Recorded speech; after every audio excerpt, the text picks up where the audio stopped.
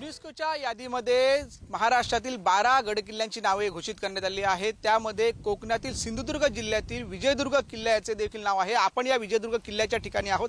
आपण माझ्या बाजूला पाहताय हाच तो विजयदुर्ग किल्ला आहे जो छत्रपती शिवाजी महाराजांच्या काळात बांधण्यात आला होता आणि त्यांचे सध्याची परिस्थिती आपण पाहिली की त्याचे या यादीमध्ये नाव आहे महाराष्ट्राच्या रत्नागिरी आणि सिंधुदुर्ग जिल्ह्याच्या सीमेवर वाघोटन खाडीच्या तोंडाशी अरबी समुद्राच्या किनारी हा किल्ला आहे। हा सागरी किल्ला समुद्र सपाटीपासून 30 मीटर उंचीवर आहे आणि त्याचा परिसर सुमारे 17 एकरचा आहे। ऐतिहासिक महत्त्व या विजयदुर्ग किल्ल्याला आहे। मराठा साम्राज्याचा प्रमुख नौदल तळ होतं।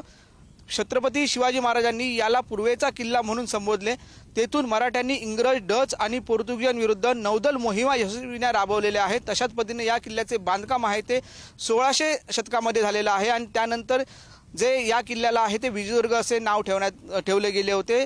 या किल्ल्याची रचना आहे ती 17 बुरुज आणि 300 मीटर लांबीचा भक्कम तटबंदी आहे या किल्ल्याला आणि संरक्षण भिंत, गुप्त मार्ग आणि समुद्रापासून प्रवेशद्वार आहे। किल्ल्याचा परकोट समुद्रात 10 मीटर खोल आहे। त्यामुळे हा जो किल्ला आहे तो आपण बघितला आणि याच किल्ल्याचं जे युनेस्कोच्या यादीमध्ये नाव आलेलं आहे। त्यामुळे संपूर्ण सिंधुदुर्ग जिल्ह्यामध्ये हे एक आनंदाचं वातावरण आहे आणि पुढील दृष्टिकोनातून आता जिल्हाधिकाऱ्यांनी देखील सांगितलेलं आहे समजा जास्तीत जास्त निधी आला तर जिल्ह्याच्या समजा दुरुस्ती असेल किंवा काही महत्त्वाच्या उपाययोजना असेल त्या करण्यात येतील असं देखील आपल्याला समजत आहे। त्यामुळे कुठेतरी आनंदाची बाब म्हणावी लागेल की हा विजयदुर्ग किल्ला आता युनेस्कोच्या यादीमध्ये आलेला आहे।